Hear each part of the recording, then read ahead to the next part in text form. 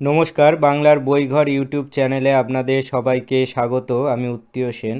আজ আমরা মানব কল্যাণের শাশ্বত পথ নামক বইটির থেকে সাধক রামসুখদাসজির কিছু অমৃত বাণী শুনে নেব। সবাই মন দিয়ে শুনতে থাকুন, আশা করি ভিডিওটি ভাল লাগবে।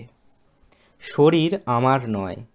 অনন্ত ব্রহ্মাণ্ডে বস্তুও আছে অনন্ত, কিন্তু তার কিঞ্চিত মাত্র যখন আমার নয়, তাহলে শরীরটাকে আমি নিজের বলে দাবি করি কি করে? যে বস্তু পাওয়া গেলেও আবার তাকে হারাতেও হয়, তা বস্তুত আমার নয়। এটি একটি সিদ্ধান্ত। আমি যে শরীর প্রাপ্ত হই, এক সময় তো তার ত্যাগও হয়ে যায়, সুতরাং সেটি অবশ্যই আমার নয়। প্রকৃতই নিজের হতে পারে, তাই যা সর্বদা আমার সঙ্গে যেমন থাকবে, তেমন আমিও তার সঙ্গে সব সময় থাকব। যদি শরীরটা আমারই নিজের হতো, তাহলে তো সেটি সর্বদাই আমার সঙ্গে একভাবে থাকতো এবং আমিও তার সঙ্গে থাকতাম। কিন্তু এই শরীর এক ক্ষণের জন্য আমার সঙ্গে থাকে না, আর আমিও তার সঙ্গে থাকি না। কোনো বস্তু সত্যি নিজের হয়, আর কোন বস্তুকে নিজের বলে মেনে নেওয়া হয়। ভগবান আমার আপন, কারণ আমি তারই অংশ। তিনি কখনোই আমাকে ছেড়ে যান না, কিন্তু শরীরটা আমার নয়, তাকে আমার বলে মনে করি মাত্র।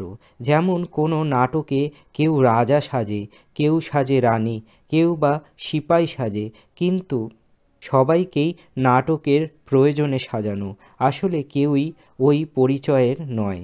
ঠিক সেই রকমই শরীর এবং সংসারের ব্যবহারের জন্য নিজের বলে মনে করা, প্রকৃতপক্ষে তা নিজের নয়।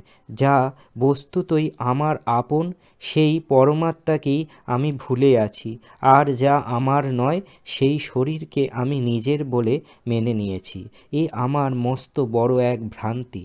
শরীর স্থূল বা সূক্ষ্ম কিংবা কারণ, এর যেটাই হোক না কেন, এ সবই প্রকৃতিজাত। এগুলিকে নিজের বলে মনে করার ফলেই তো আমরা সংসার বন্ধনে আটকে আছি। পরমাত্মার অংশ হওয়ায় আমরা পরমাত্মার সঙ্গে অভিন্ন। প্রকৃতির অংশ হওয়ায় শরীরও প্রকৃতির সাথে অভিন্ন। যা আমার সঙ্গে অভিন্ন, তাকে আমার থেকে পৃথক মনে করা, আর যা আমার থেকে পৃথক, তাকে আপন মনে করাই হলো সকল দোষের মূল। যা নিজের নয়, তাকে আপন বলে মনে করার ফলেই যা বাস্তবিক আপন, তাকে আপন বলে বুঝতে পারা সম্ভব নয়।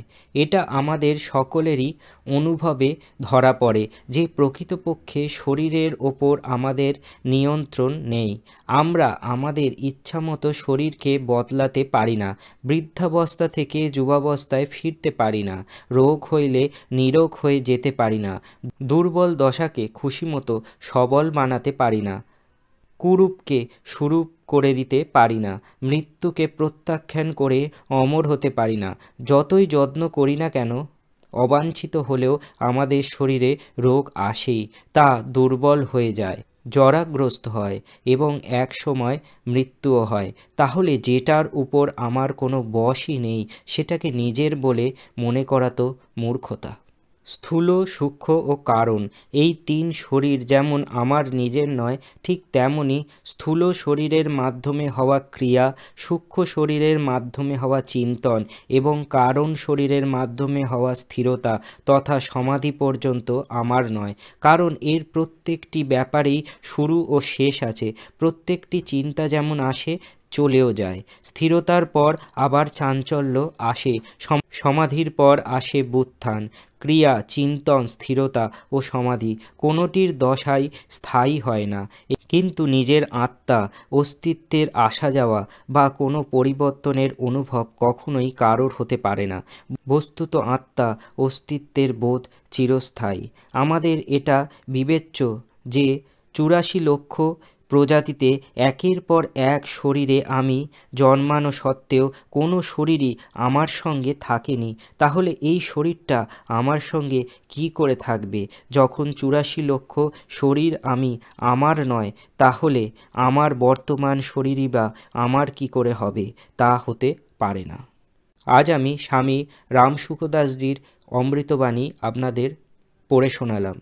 ভিডিওটি ভাল লাগলে লাইক, শেয়ার ও সাবস্ক্রাইব করবেন এবং ভারতবর্ষের কোন প্রান্ত থেকে আপনারা বাংলার বইঘর ইউটিউব চ্যানেলের ভিডিও দেখেন তা দয়া করে মন্তব্য করে জানাবেন। তাতে আমি ব্যক্তিগতভাবে অনুপ্রাণিত হই। সবাই ভালো থাকবেন। আবার নতুন ভিডিওতে আপনাদের সাথে দেখা হয়ে যাবে।